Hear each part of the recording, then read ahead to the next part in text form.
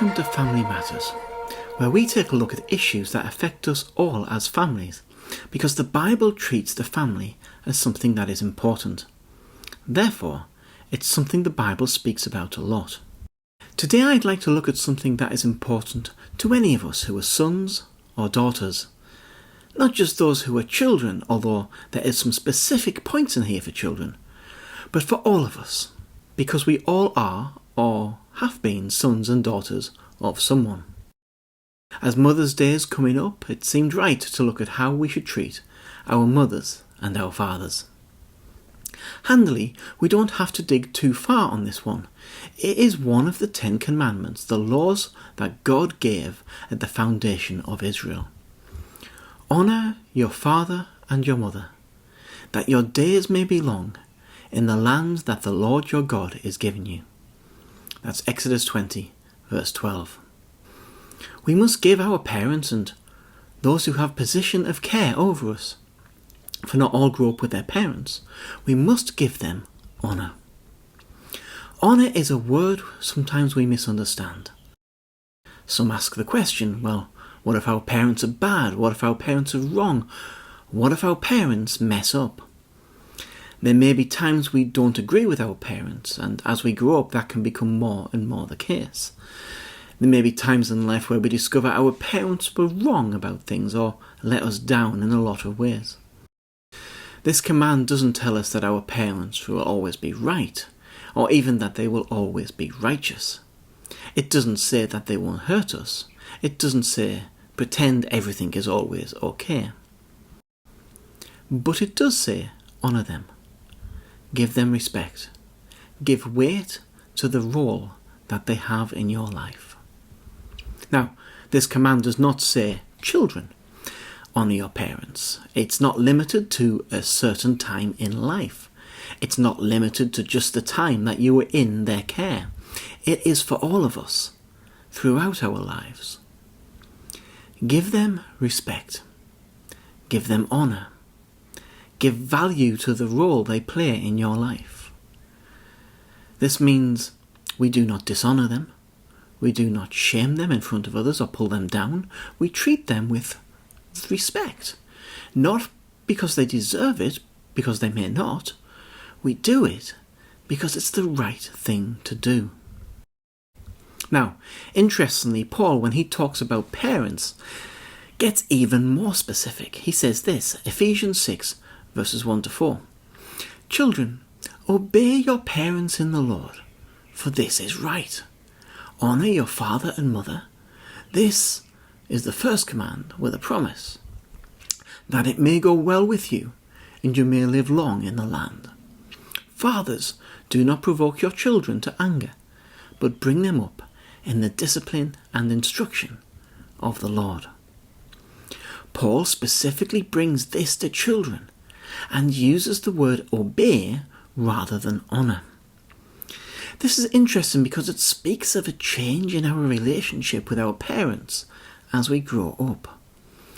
When we are children, and to those of you who are children right now, obey your parents in the Lord. Why? Because it's right. Because it's what God asks of us. Our parents are there to guide us and bring us upright, to teach us how to be people who are not destructive, to guide us when we don't know the way.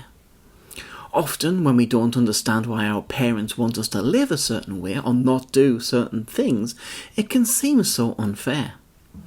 But later, looking back, you can see that they were doing what was best and they were doing right. They've been where you are and learned the lessons you still need to learn. As we grow up, then we are under their guidance less. We move out, we have families. Our decisions become our responsibility. Obeying our parents changes into honouring them. Obey your parents, but also, Paul says, obey your parents in the Lord.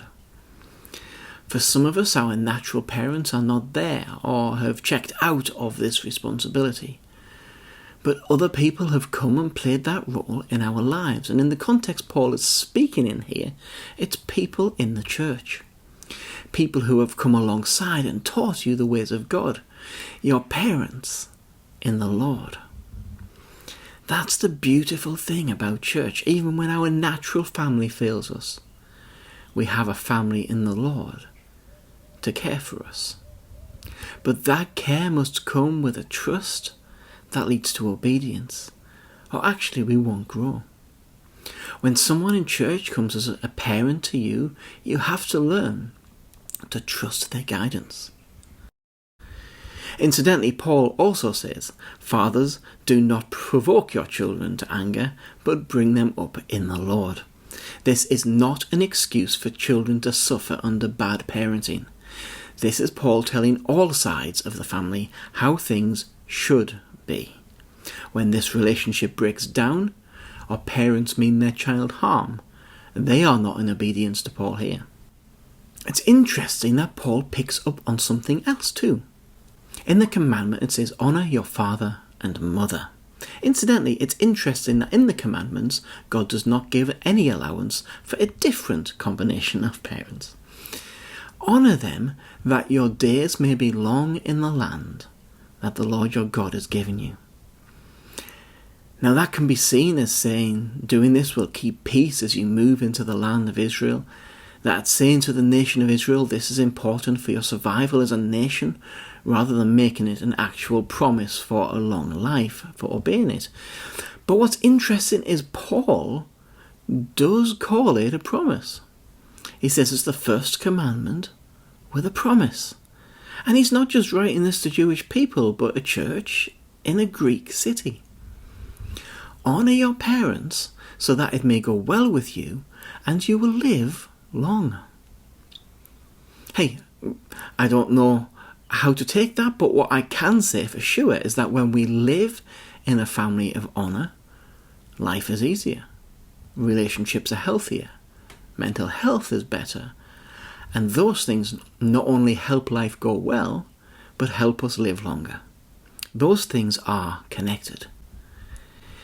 If you think you know more than your parents, and therefore as a child you don't need to obey them, and you start arguing with them and butting heads with them because you think they're wrong, let me tell you, it does not lead to anything healthy.